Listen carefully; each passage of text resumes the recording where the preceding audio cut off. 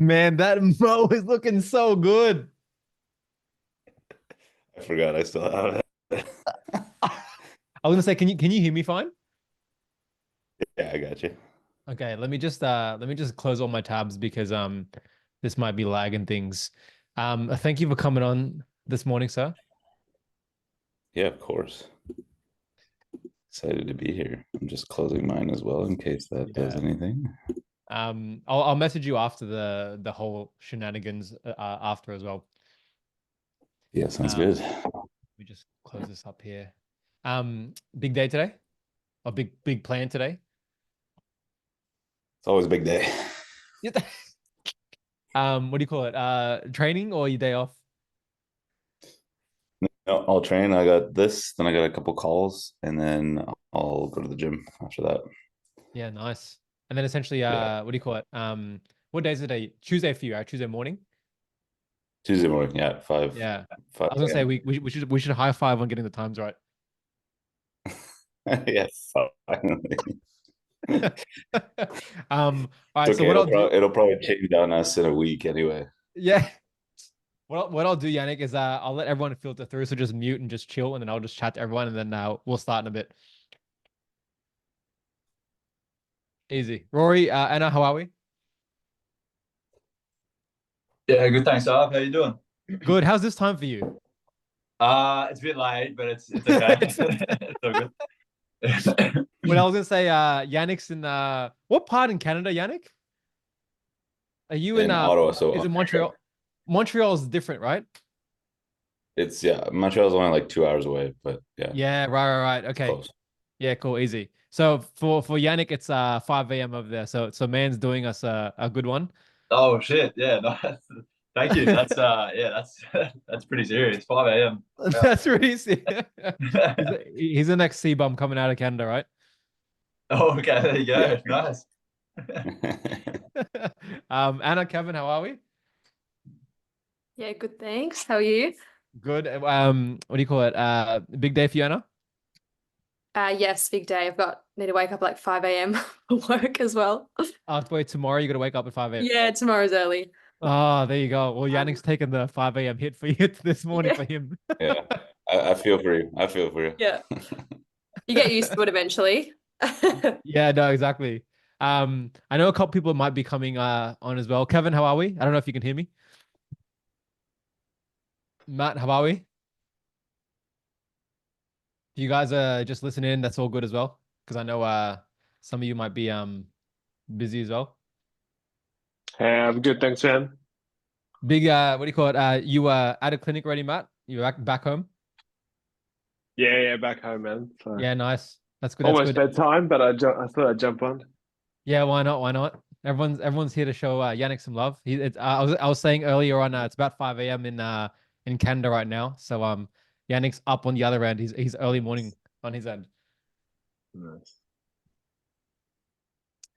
Okay, so I think I spoke to Jess as well this morning, so she might be coming in as well. But maybe what we'll do is maybe we'll vibe.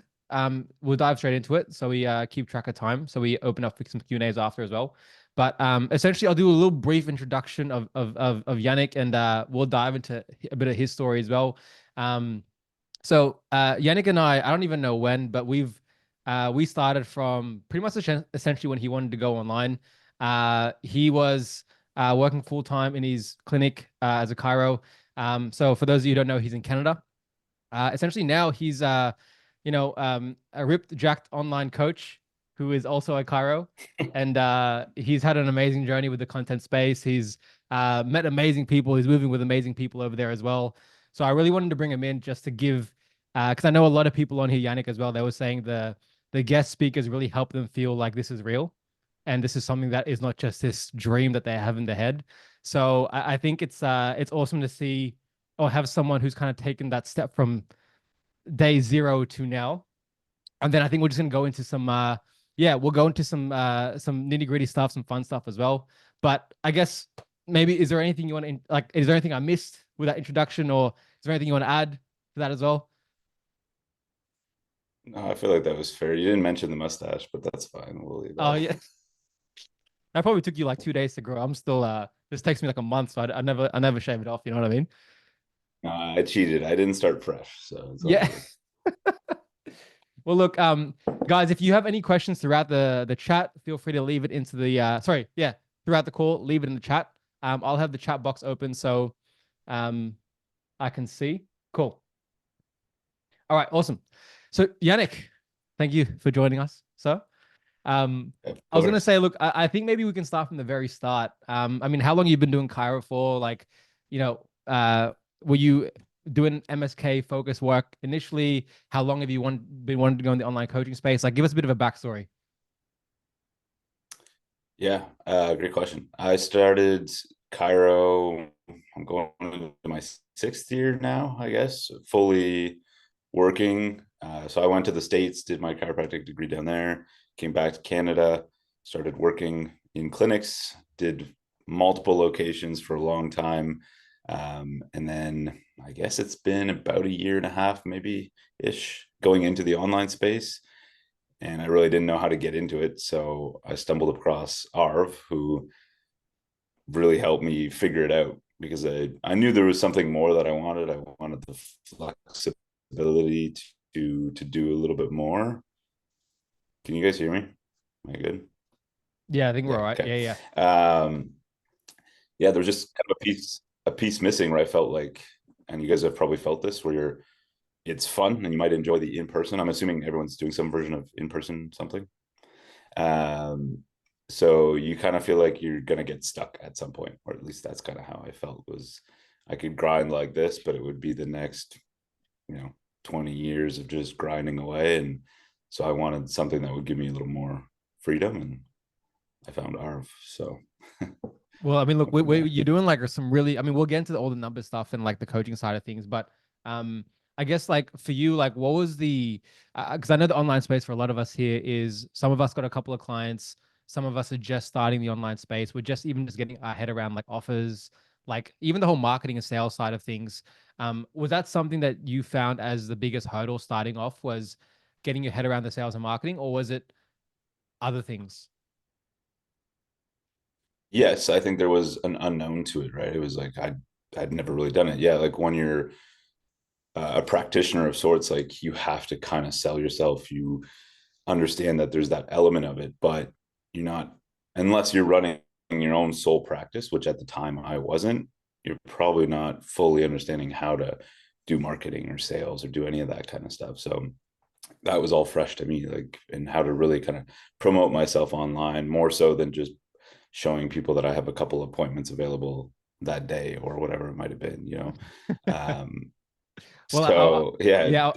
I was gonna say, because I know like imposter syndrome and self-doubt is a big thing, and I don't know whether it's a health professional thing. Like a lot of the guys that I speak to, it's the biggest thing that they have in front of them at the very start, even though they have like not belts, sorry, heaps of reviews under the belt of like what they've done over and over again.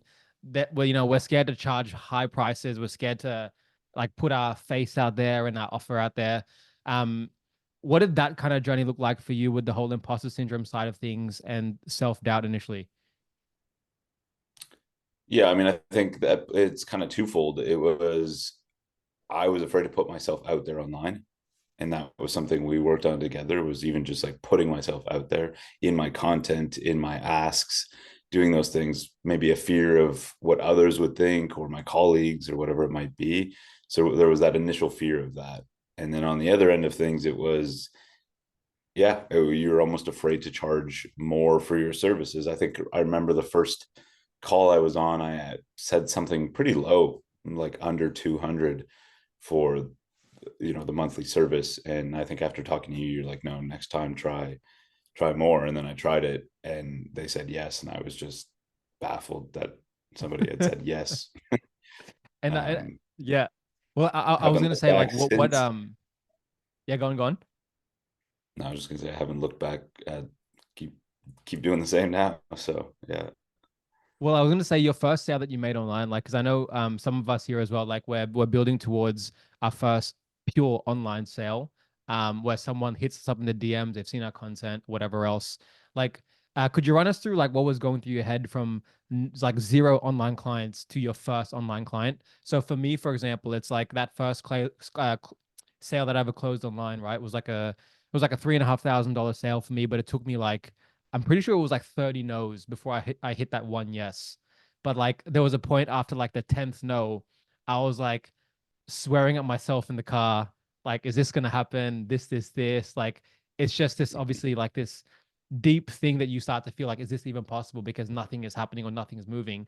Like, what did that look like for you from like starting online to signing someone, your first client, sorry. Yeah, just purely online. Yeah, I didn't get the nose right off the bat because we'd kind of positioned it so that I was, pushing that service a little bit to my own clients in clinic. Yeah. So there was a bit of a boost off the bat because people I already had a rapport with. So it was easy to sell to people who I treated in clinic because they knew me as Dr. Yannick. So it was easy to kind of be like, okay, I trust this person enough to hire him for coaching. So I actually got a bunch of yeses off the hop. It wasn't until I got on calls with people I had no idea who they were, straight up from online that I've never spoken into my life, that I started getting no's. And then that kind of hit me like a wall because I was like, well, everyone's been saying yes to this point. Why are people now saying no? And then how do I navigate this situation? And it's much easier to sell somebody when you've built a rapport, which ideally is what you're trying to do in the DMs as well, which I've learned to do now. But I think at the start, I was just like, get on a call with me, like as quickly as possible without really building some of that groundwork and that rapport so that when the person gets on the call, they already feel, and same thing with the sales call itself is like making them feel comfortable, making them the center of attention so that they feel comfortable and there's already a bit of that rapport built. So by the time you get to the actual sale, it's an easy yes. But there definitely was that period of lots of no's. I was gonna say, do you know how many no's until you got your first yes online? Like when I say online, as in like client came in, they DM'd you or they saw your content piece. Like how many no's did you get into that first yes? Yeah, I don't know. There was definitely a few after, again, there was that boost of confidence. Okay, I've got 3 or 4 clients and whatnot. And then as we started to grow, it was kind of getting a few back-to-back no's, and then you really start to kind of doubt yourself because you're, okay, maybe I'm not meant to do this. Maybe it's just going to be for my own clients. And so you really do start to spiral a little bit. And even to this day, I mean, you sometimes will get a couple back-to-back no's, and it's easy enough to still kind of let it get to you and be like, okay, like not worth doing this. But then you look back at, okay, what have I done to this point? And you regain your confidence. And Yeah, and I think it's a big thing, right? The whole mindset side of things of just like, it's this thing where like if you got to kind of just detach your emotion from the nose and just understand that like you're getting closer to that first yes as well. yeah, Because I think at the Yeah. very start as well, you probably don't even know. Like, I speak to a lot of people who they put content out there and they don't even know what their clients want. Like, they think they know what they want, but there's not enough conversation for them to actually know what are the exact objections. I think I got on a call yesterday, or was it today, with someone in the mentorship, and I was like, "What are your clients' objections that you can solve in content?" And they were just like, "I actually don't know. Like, I've just got people on board, but I don't even know what their objections are." Like, for example, like because they were saying that this month is feeling a bit hard for getting people on board. I'm just like, okay, like, why aren't they saying yes, or why aren't they signing? They're like, well, I don't really know. So I think the first step is actually just having those conversations at the start to be like, okay, like what are these deep desires and pains that this ideal client wants? And I think for a lot of us, it's like, I think we want to avoid the conversation at the very start and just think that like we can just post content, people will DM us, and then like it's happy days type of thing. And I Yeah. thought that at one stage as well. I'm like, wait, I actually have to talk to people. Um, but you're probably now at a stage where you could probably close your eyes and you could probably tell me what the wants, desires, pains of your ideal clients are. Yeah, it's definitely a lot more narrowed down now. And I think that's the big thing on the calls is like you want to handle their objections before they even come up. Mm, Because they will probably give you an objection, which more than likely is a smokescreen for an actual reason as to why they don't want to, whether it's finances, whether it's something else. But if you can kind of already get that out, like your questions, if you can ask and pull out their objections, their pain points, like you said, you can already kind of smash those before you even get to the actual, you know, point of sale, and then they don't really have an objection to fall on. And so usually from there, it is a yes if they really want to join. But a lot of times, if you just kind of fly through and then you get to the end and they're like, oh, well, they're going to throw X objection at you, whether it's I need to think about it or it's my wife or whatever it is, then you're kind of having to fight against them again, which makes it a lot more of a struggle. But if you can already kind of, you know, ask those questions along the way, like, oh, does your wife know we're talking today? And like, what does she think of this? Does she support it? Like, you can get through that a lot easier. Well, I was going to say, can you talk me through as well? Because everyone here, you know, when we start, I really go into like understanding that one person to serve, not trying to serve everyone, right? How much easier how much easier was it for you to deliver programs, to create content, to even sell on sales calls, when you started to really narrow down and niche down to the one person you're serving, compared to I'm going to serve freaking everyone, Bob, Bill, Anna, this and this? Yeah, I think it's an ongoing process to always kind of narrow down exactly who you want to help. But content wise, it's a game changer when you know exactly the person you are speaking to. It's a lot easier to just direct that message to them and build your content around them. Now it starts to get a bit repetitive, but if you watch anything on Instagram, it is repetitive and we're all still watching it. So you want to kind of have that clear, concise message. And I think it also, quite honestly, helps with the algorithm, because when it knows exactly what you're saying over and over and over, it's a lot easier to push your message in that direction. And for yourself, when you're making content, you already know kind of who you're speaking to. Again, if you know their pain points, that's easy to bring up and make scripts off of that to then be able to do your content, which is also something I never used to do, scripting my content. I would just freeball it. So if you guys are not scripting your content, I would 100% recommend it. It will make your content game that much easier. Now, you want that creativity and that flow, but when you have a structure to what you're going to say, it just makes it 10 times easier. Because if you're filming, I don't know, let's say in the gym or in the kitchen, 4 or 5 pieces pretty quickly, and it makes it so much easier. Yeah, so you're just saying scripting was sorry, you cut out a bit there. So you're just saying scripting makes it easy, right? You're saying 100%. Yeah, just the flow is there. It makes everything that much easier. Yeah, well, I think it's back to what you were saying as well, how like the online space is repetitive. Like, I don't know if some of you may have picked it up. I don't know if you've picked it up, Yannick, but like with my content, it's just like 7-second reel. The caption I write is literally the email that I send out that day. And then that caption then becomes my script for my talking head video on the same day. So I'm literally posting like 5 content pieces from the same script. And I'm just recycling it. And again, it goes back to that whole thing where it's like you post one piece of content, you're only going to get like 30%, maybe 40% of your followers watching it.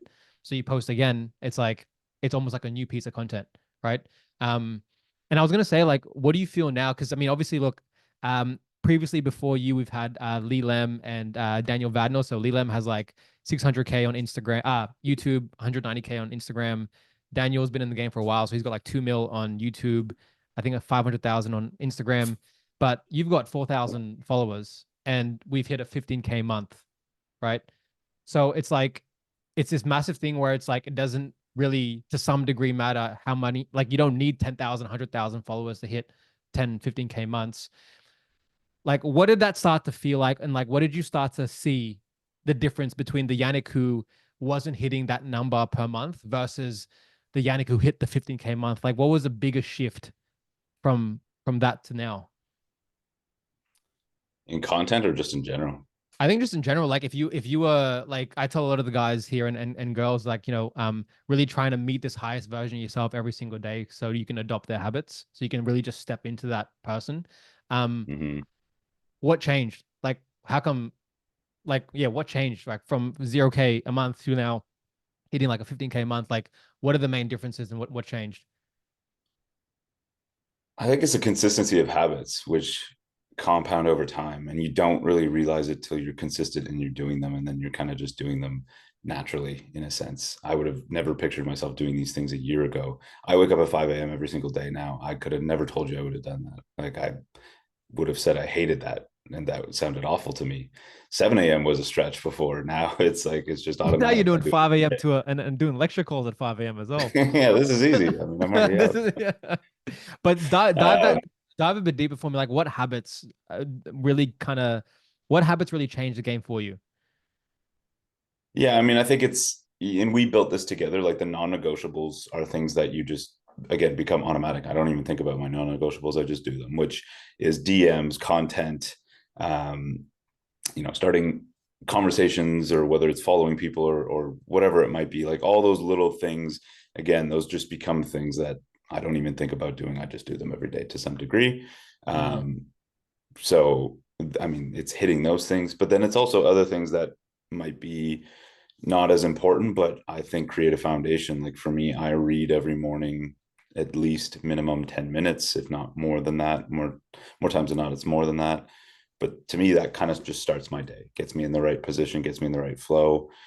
Trying to stay off my phone, which is ironic because we work off them and live off them. But I find if I start my day on my phone, which is just an easy habit, I'm addicted to this thing. The minute I start my day on my phone, it's game over. I'm already into that. And it's not a bad thing, but I like to delay that as long as I can, just to get into a bit of a better, like, just mindset and flow and focus on other things.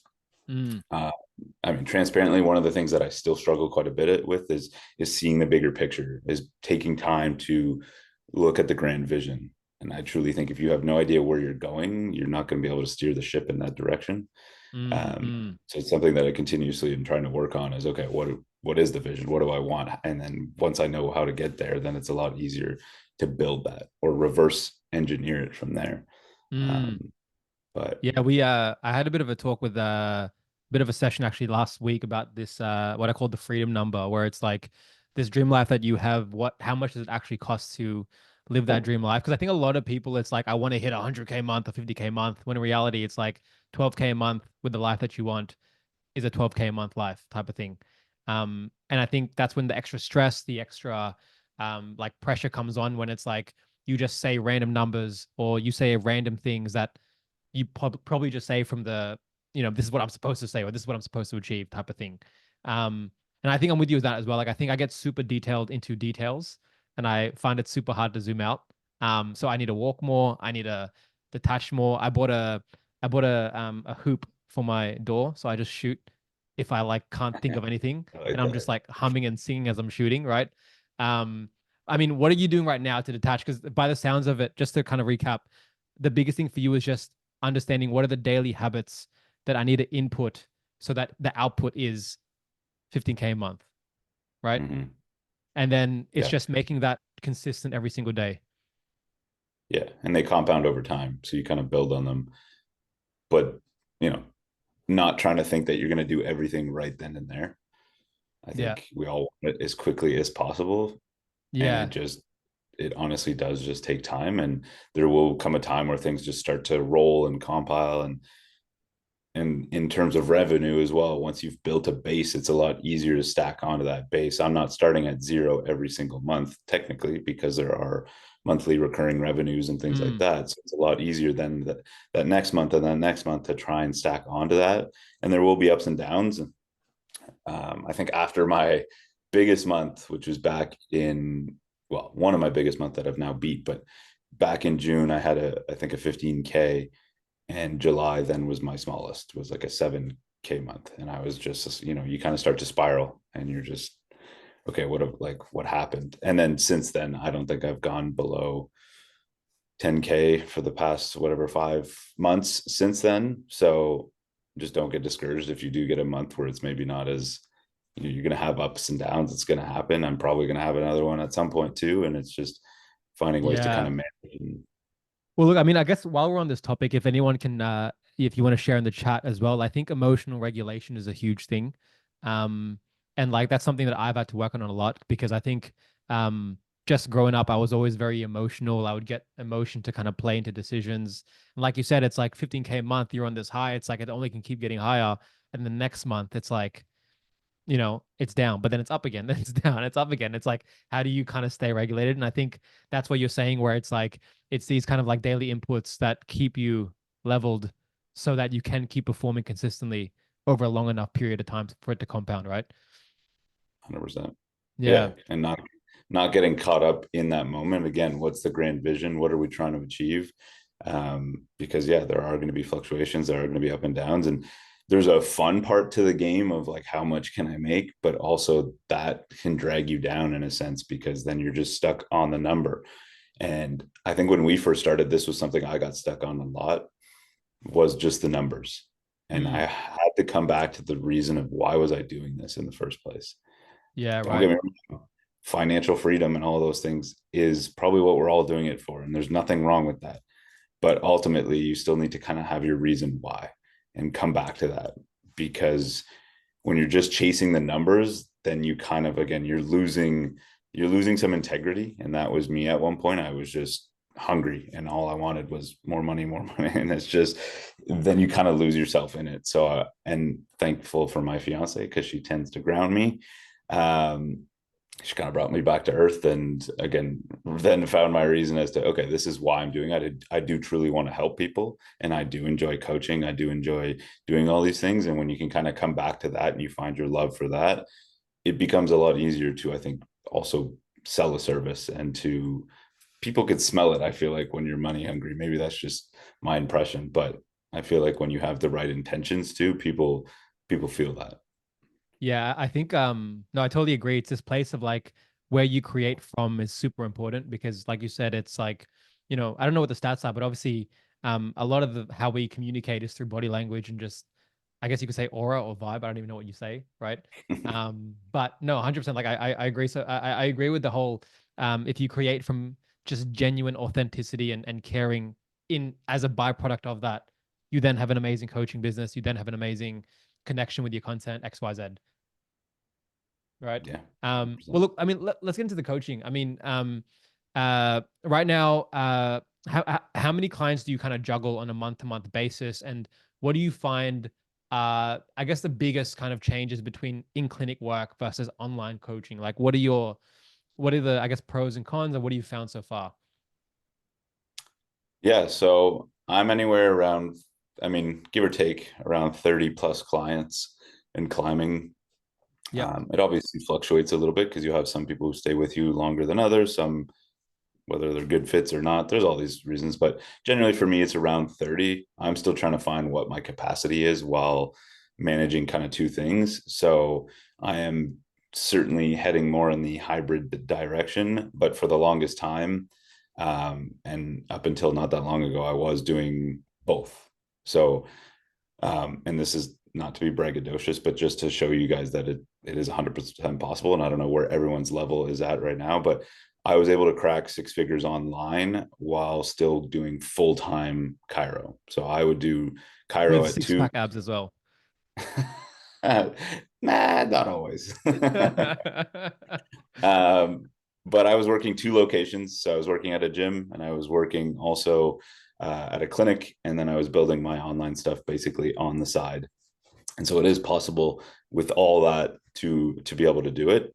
And then I'm like, okay, well, what could I do if I had more time? And that's kind of the direction that things are going now, is like, okay, I can take away hours. Like now I don't work Wednesdays anymore at all. I've just completely, which was a weird feeling, but I completely took off Wednesdays. So I literally just don't work that day. And that's my main online day, where all I do is do my stuff online, which in itself is also another weird thing, is you finally get more time and you're like, okay, well, what do I do with this time? So knowing the things that you have to accomplish certainly helps with that too, having like your tasks and the things you want to do. But yeah, I forget what the question was, but well, no, I was just gonna say like more on the coaching side of things. I know you were saying that you're trying now to figure out like what the capacity is for you. If we go back to what you mentioned before about really zooming out and seeing what the big vision is for you, what is that for you now? So I mean, obviously there's been such a 360, the 360, no, 180 for you, from just purely in clinic. Now you have like, online and in person. Um, what's the big vision now that you're chasing, or what's the big vision now, or the impact that you want to make? yeah, I mean, for me, like if I look at it, I do want to build a bit like an online empire in a sense. Like I want to have a team. It's on my board. It's written there every day. I look at it. So I want to have a team, a structure, where I'm at the helm of it, I'm at the top of it, but it is still not necessarily just me. I think that's important too, is like eventually if that's you want to have a team, you got to build outside of yourself. So if you are the only, like, you can't be the brand unless you just want to be the brand. But I think you have to build a brand, going back to brand you, which I don't think is what you call it anymore. Yeah, But that was day one name. that was that was your thing, right? But you have to Yeah. build that brand, that authority, that, in a sense, because once you build that, then it's a lot easier to reverse and build your team from there. So that is my goal, is to have a team where I will have hopefully multiple coaches, whether they're different, I think what some would be maybe more bodybuilding coaches, some would be more like a health coach.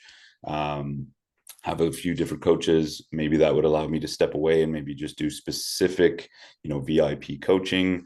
And then of course with that would come, like, the virtual assistants and the setters and little things that are necessary to kind of help build things in terms of marketing and all of that.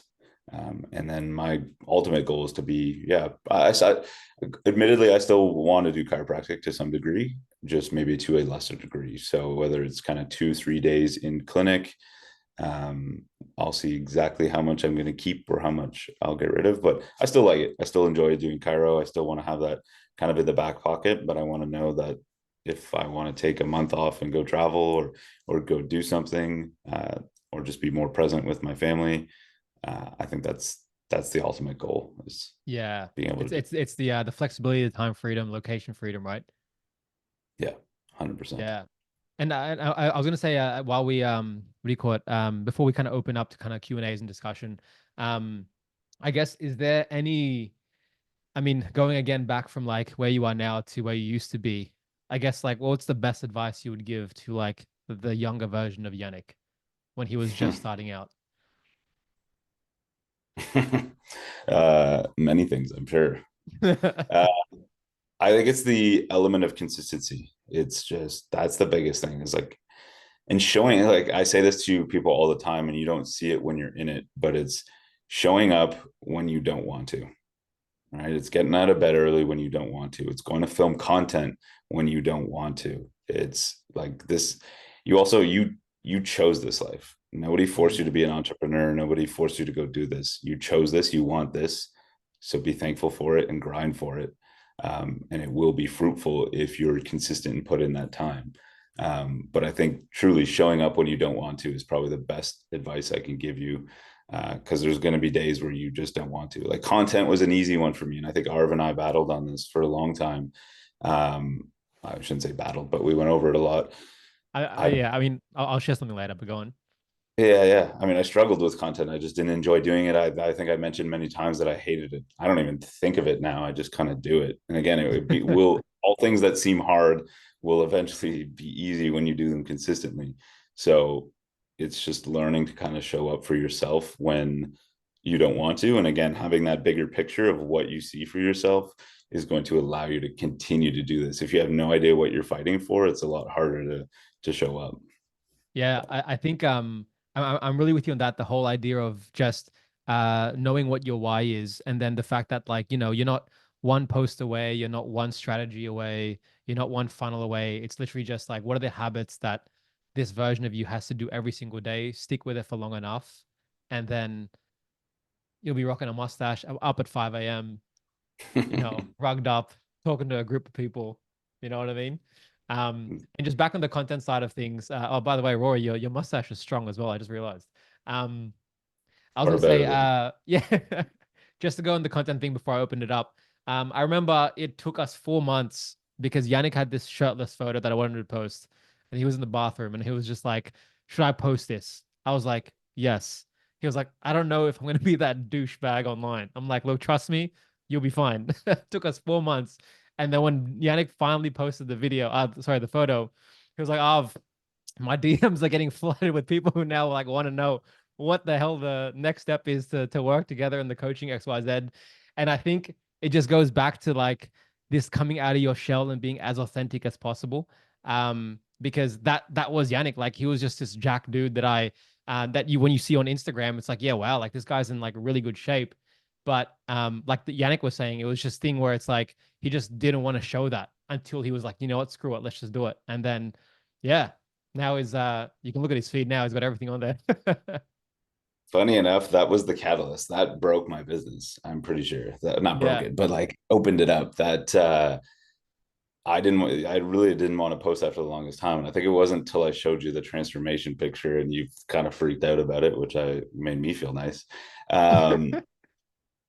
I dropped that photo, and I think that was like the highest month I'd ever had in the business so far. And I think I dropped that around the new year, I think. And I think that month I had a 9K month, I think. And I truly think it was because of that, because I put that out there and people got to see it. And I mean, I signed a ton of my high school friends. Funny enough, it was all people who had seen me and are in the same position as me in terms of age and whatnot. And I think it was like, okay, if this guy can do this, and it doesn't have to be a shirtless picture, it could you be highlighting things that you do, but shirtless pictures help. But but I think if you can highlight, the things you do, other people who are in a similar position aren't going to want to hire you because you're doing the thing that they want to do. No, 100%. Yeah, for sure. Yeah, for sure. Well, look, cool. Let's open up with some Q&As and like, I guess a bit of a chit chat back and forth. Guys, any questions that we have or anything you want to dive deeper in as well? Hey Yannick, what's your strategy with content now? How do you sort of approach it? And what's your approach now? So great question. I think I battled with like an identity crisis for a while, I don't know, again, I don't know what everyone does, but being a Chiro and then also trying to be this coach, I was like, okay, well, what do I show? And I used to only do Chiro content, stretches and mobility. And then I got bored of that and I was like, I'll never touch that again. So I went dove headfirst into just the coaching stuff. Now I've kind of found that blend again. I'm able to kind of do a bit of both, where I think that's where I'm happiest is, okay, how do I blend these two worlds where I can talk about nutrition and fitness, but I can also still be the Chiro and highlight. I think I was afraid to also show that, I was a Chiro or that I was a doctor, or what set me apart. Once I also kind of became comfortable with talking about that or showing people that, yeah, I am this person. So now my strategy, I mean, in terms of like posting right now, what is doable for me, I post once a day, 7 days a week. Again, find that consistent element depending on where you are. That may not be realistic to start with, right? I used to do that where I'd kind of bite off more than I could chew. I would, 1 week I'd post 7, then the next week I'd post 3, then the next, so you're just doing this up and down. I think if you can find what's realistic. So I started, I think, with, 4 posts a week, hit those non-negotiably. And then, okay, now I can build to 5, then I can build to 6. So I think it's also, to answer your question, is just finding what's fun to you and being yourself. I think Arv talks about it, but being authentic, letting a little bit of your personality shine through, which is hard to kind of do sometimes. Whether it's in the stories, like I'm more myself in the stories than I am on camera, because on camera you've got to kind of show a little bit of flair or maybe act it up a little bit. But in the stories, that's all me. It's just, that's my goofy side. That's like, I say the dumbest things, and that's just because that's who I am. And I think people connect with that. People like, especially in your stories, like one of the things that I learned that has stuck with me is document, don't create. So we always think of, okay, I need to create this piece of content, which is true. But the more you document your life, you document the little things you do, not only does that give you more content for later, like you look at half of Arv's content, it's just kind of documentation. It's things that he's doing in the clinic or he's walking down the street. I guess you have to have a wife who's willing to take videos of you all the time, but no, they're just random people. I just get them to yeah, could you do this?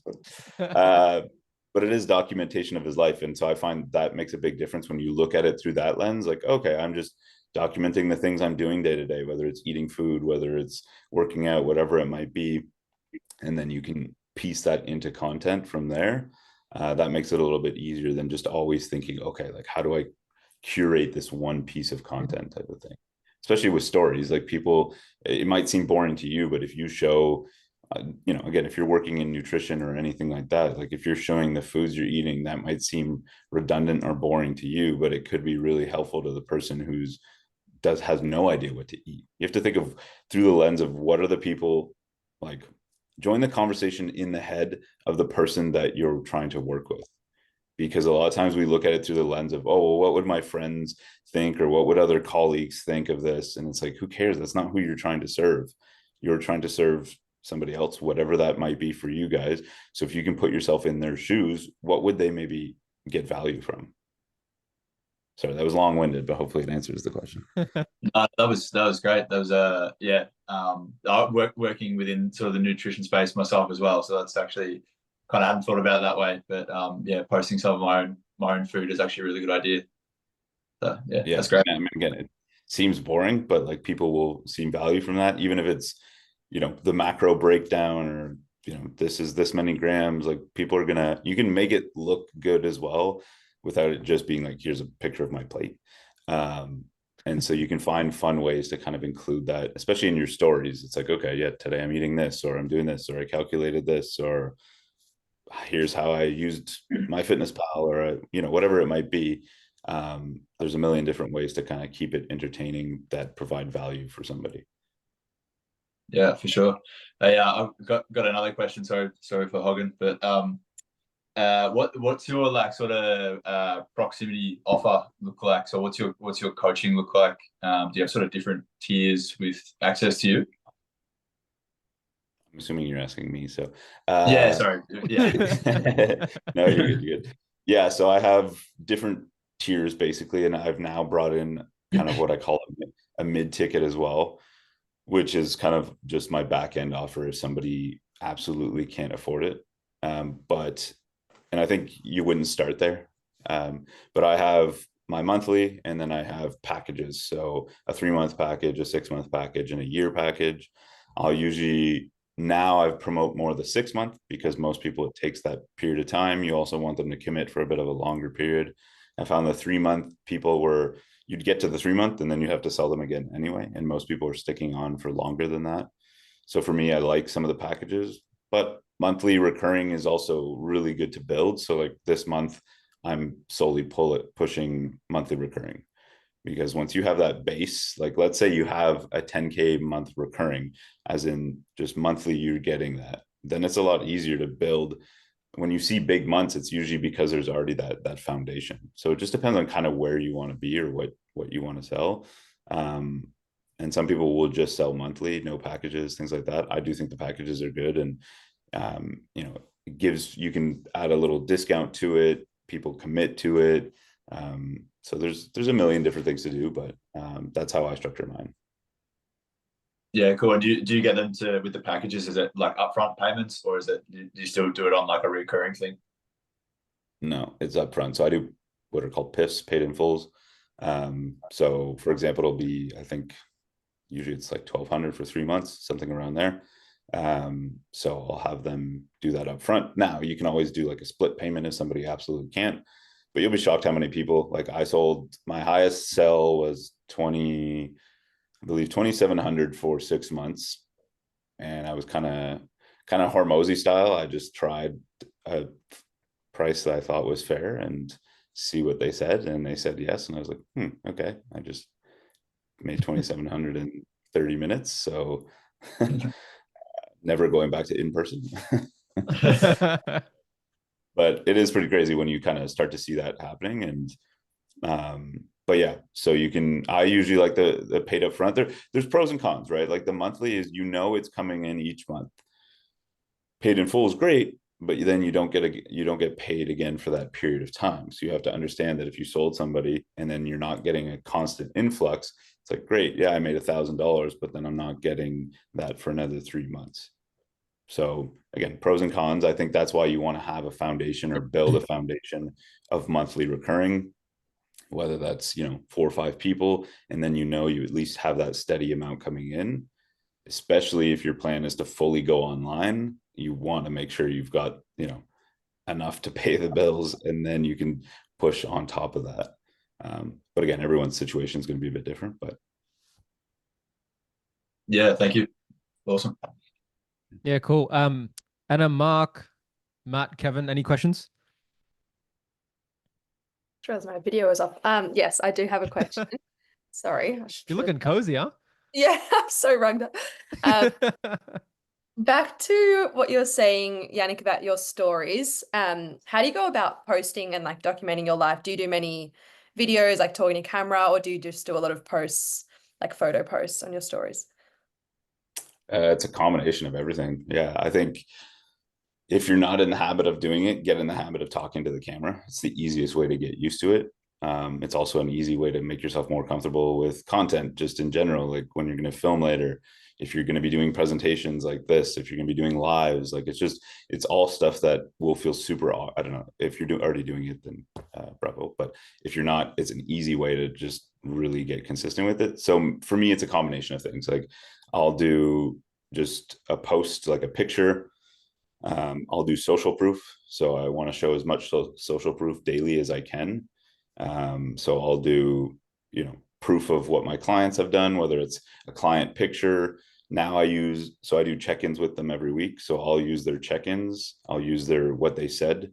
So a lot of times it's like, what was a win from this week? And they'll say, feeling stronger. I see more muscle when I look in the mirror, or whatever it was.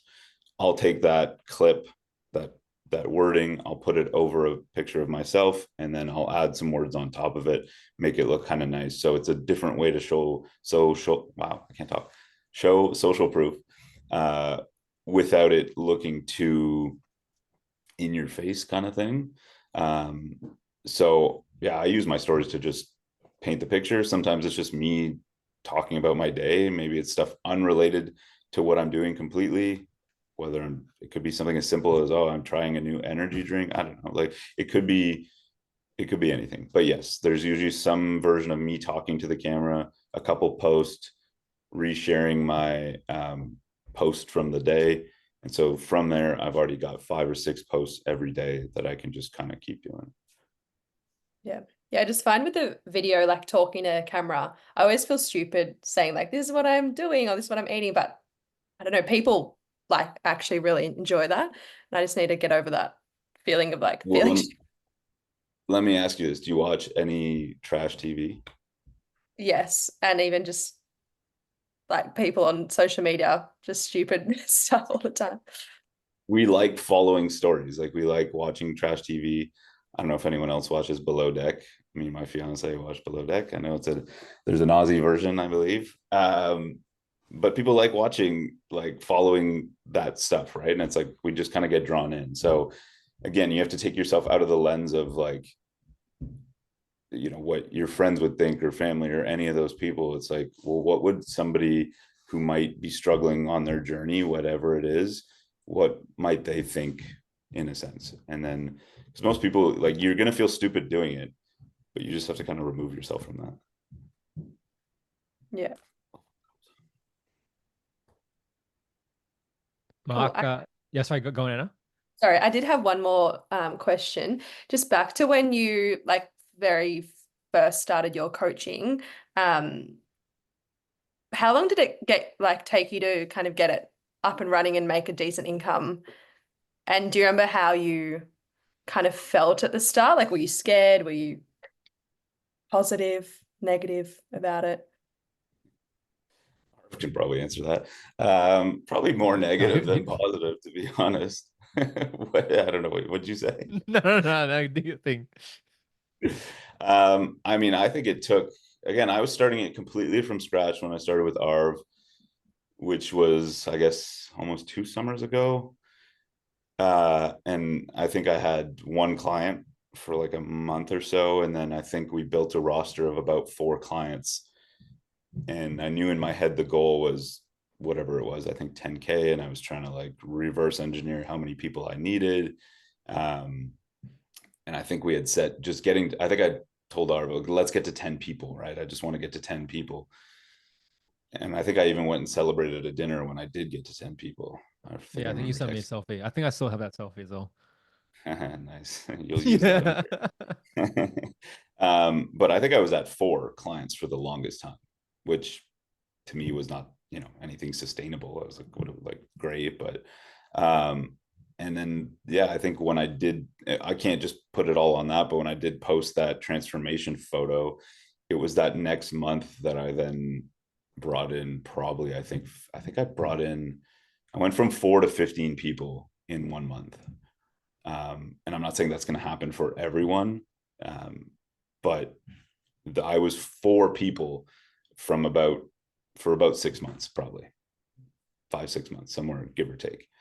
So it's a lot of the groundwork that you're laying down that you just don't see. And that's what's going to kind of eventually lead to people are watching too. People are in the background, your stories, things like that. You don't know it. You may not see it. I've had people who've joined my program that have never probably liked a post ever. So you can't always assume just because of that you're not going to be able to pull people in from there. But yeah, to give you a picture, like for me, it wasn't the only thing I was doing. Like had Chiro to lean on, and Chiro's not a bad backup plan. So I had, easy foundation to lean back on. So I didn't really care how I did online. But yeah, I was probably 4 clients for about 4 or 5 months before it really started to kind of pick up. And I think just to add on that as well, I think that photo for me anyway represents this mental switch of just like no fucks given as well. And I think once you unlock that for each of you, it's this thing where it's like authenticity and connection becomes a whole nother level. And for Yannick, it was a shirtless photo. For some of you, it might be, I don't know what that is. Like there's a version of that shirtless photo that is equivalent to your content or to your messaging, that as soon as you flip that switch, it's like this is everything. I'm not holding back anymore. And then everything will just start to flow. Yeah, I think you talked about in some of your trainings something about like leaning into the cringe, or I forget what it was. It was something along those I think I titled it that time as like called Cringe Mountain. I don't know if I've spoken about Cringe Mountain recently. Yeah, bring it back. Bring it back. I think the whole concept was like you climb up Cringe Mountain, and then after you climb Cringe Mountain, on the way down it becomes smoother. But like everyone has to climb Cringe Mountain. Yeah, I actually don't think maybe I should bring it back. Apparently it had an impact. So Yeah, I'll bring back. I'll make a whole module on Cringe Mountain then. Cool. Anna, do you have any more questions?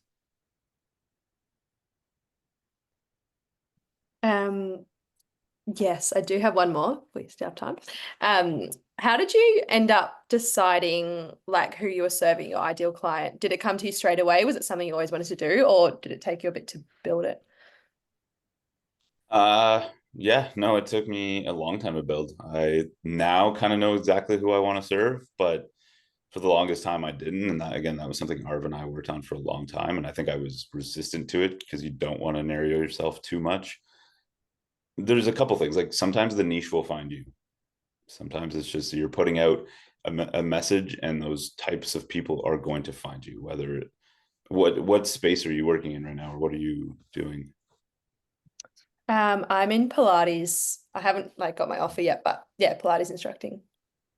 Okay. So, I mean, you already kind of have your niche and you probably know who, but like doing deep dive of research of like who that person is, like who does Pilates. And there's generally for you, there's already it's already built. It's already pre-built. You kind of know who's going to do Pilates. Now there's a bunch of people, but you're probably going to have your wives, your moms, so you can kind of already pre-build that. But it's reverse then kind of finding, okay, what are the wants, the needs, the likes of that person? Where do they shop? What do they watch? What do they do? When you know exactly the ins and out of that person, how much do they make, all that, you can start to message and attract that exact person over and over and over and over again. But for me, I found it later. It wasn't until I got a few clients and I saw who I enjoyed working with.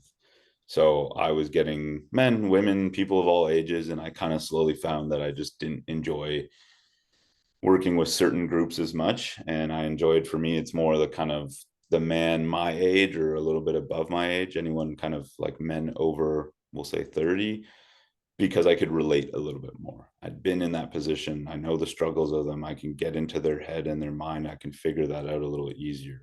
It's a little bit more difficult for me to get into the mind of a 50-year-old menopausal woman. As hard as that might be to believe, you know, it's a little bit less of an understanding for me. Doesn't mean I can't serve that person or I can't help them. And I do have half my, like I would say right now, half of my roster is still female, but the person I do want to serve is more of that men over 30. And that's more who I target and who I bring in, because I get a little more enjoyment out of that. And I think when you truly enjoy who you're serving or what you're doing, it's going to be a lot easier to continue to kind of work towards that. Whereas if you hate showing up for a person every day, or you don't like that type of person you're working with, it's not going to be that fun in the long run. Hopefully that again answers it. Awesome. Thank you. No, really good. Mark, do you have something? Yeah, sorry, I might just jump in there for a second. Do you have an average number of times you would check in with your online clients? And does that vary from, say, your clients in your 1 month block, 3 month block, or 6 month block? Or do you just have like a set regime for that? Yeah, so they all get the same amount of like touch points through the week, Monday, Wednesday, Friday, and then Fridays their check-ins are due. So then I send them back a check-in. I do a Loom video for every person who is in the main program. So they get a check-in from me every week by the end of the weekend. I always tell everyone it's due by Friday at noon. So they have to complete all of their check-in. Some people don't always follow that, but most people do their best.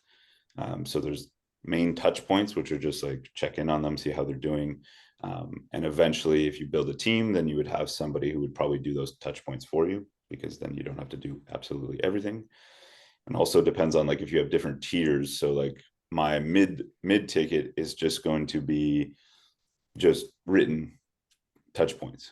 So again, if I do have a team, that person could do the touch point. I'm going above and beyond your question, but you can change how you kind of structure things based on the touch points and everything. But yes, 3 touch points per week and then 1 check-in at the end of the week. I do this every week. You can structure it differently. Some people do check-ins every 2 weeks, whatever.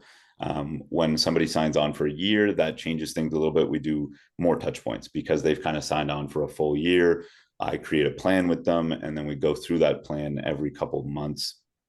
So there's more actual physical touch points in the sense of like we'll get on a Zoom call or a phone call with the year plan, knowing that, okay, we're actually working towards like a year. I wouldn't do that with somebody who's monthly, because it's just a kind of a month to month. And some people leave after 2 months and you're like, okay, well, why did I build this big plan? You know, so. Cool. Yeah, Thanks for I that. think, I was gonna say, I think on that as well, I think just getting your first couple of clients through the door is gonna give you, I think I talk about as well in one of the modules of like over delivering and under delivering, where sometimes you can overwhelm your clients with too many touch points, but you can underwhelm them as well. So for example, like when I started with the one-to-one stuff at the very start, it was every single week, but then I figured out it was too fast for a lot of people. Like people felt like they were behind because there was not enough buffer in between to get things done. So that stuff kind of comes in time. And what Yannick said as well, like there becomes a nuance where you get people in your coaching program and you kind of like, I don't like working with these types of people. Like, and then you just start to not attract those people and start to talk to people that you actually enjoy. Because like Yannick was saying, it's like it becomes so much easier and your mind can start to be more creative when you're enjoying the work. And I don't know if Yannick has, maybe you have Yannick, but I've said no to some people because I'm just like, you're probably not going to be the best fit for, the program. Just because, like it's just either going to be super draining, super needy. Like just think back to patients that maybe you treat who are kind of just like, oh man, like this person just comes in and just yaps my ear off for like 30 minutes. It's like you only want one of them every month. You don't want like 10 of them every single day, right? So it's almost going from like saying yes to everyone with a heartbeat and a credit card to saying yes to the people you feel is aligned with your why, your values, your mission, XYZ. I agree. Yeah. Matt, Kevin, any last questions on there that you have from your end? Yeah, I've got a quick question, if that's okay. Come through. You said, Yannick, before you were going from like 15K months, then you dipped down into a 7K. What did you do? Like, what was your strategy to pick it back up? Don't spiral into yeah, and again, sometimes it's just the shift of things too, right? It could have, I think I focused the next month a little bit more on monthly recurring, which means like, I think, you know, when I had a high month, I was focusing on pushing that high month and was doing more paid in fulls. I signed on a couple of year-long clients, which are going to be more. So I think it's easy to spiral into, okay, well, that this next month was almost half the income.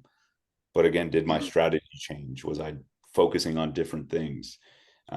And so again, this is like the game you play with some of these paid in fulls and things like that is, yeah, you may have a higher month if you sell 3 or 4 paid in fulls. You know, if they're each, let's say, we'll say $3,000, you've made $9,000 right there. If you don't do that same thing the next month, you sell, let's say, 6 or 7 monthlies. That's only going to be a few thousand. So in comparison, it's not a lot, but you actually brought on more clients than you did on the other end.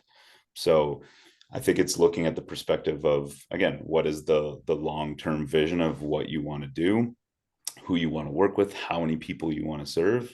Not everybody wants to work with that many clients. I still haven't quite found my tipping point. Once I do, then I'll know, okay, this is, you know, let's say it's 45. Then I know, okay, I don't really need or want to bring on more people. So this is this point I work with. But to more specifically answer your question, yeah, I think it was just, it's hard. It's hard not to panic in a situation like that. But again, it's going back, looking over your KPIs, your numbers, and seeing, okay, what did I do differently? What could I change? And was it truly a bad month, or was it just a change in direction? And sometimes too, you're going to change the focus of your content. If you decide one month that you're going to start speaking to your audience a bit differently in terms of like the content you're putting out there, there's going to be a slow shift, because if people are used to a certain thing, like I spoke only about like Chiro and mobility for the longest time. And then I just started talking about nutrition and all that kind of stuff and workouts. So the shift, people are going to be like, well, we're used to this. Now you're not doing this. So it doesn't align with them as well. So it takes a bit of a shift. So there are many factors that could play into why, you know, a month might be slower. And it's just understanding, again, what's the big picture. Gotcha. Thanks. Makes sense. Yeah, and I think just focusing on that as well, just again, I'm going back to this emotional regulation side of things and expectations where, again, it's just like compounding of daily habits. And I think secondly as well, it's the, like you were saying, Yannick, it's just the, yeah, the kind of like if the big vision is this, then what needs to be done month by month, week by week on a consistent basis. And then, like you said, like everything kind of just pays off its dues at some point. Mm-hmm. Matt, do you have anything on your end?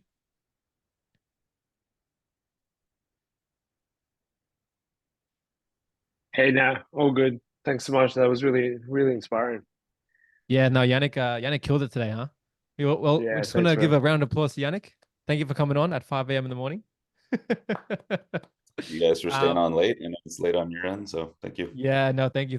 I think what we'll do is I'll shoot you a message after we finish up here. But I guess, is there anything else you'd like to say? Anything you'd like to leave with before we jump off? I wish I had some big inspiring message, but I think we touched on some really great points.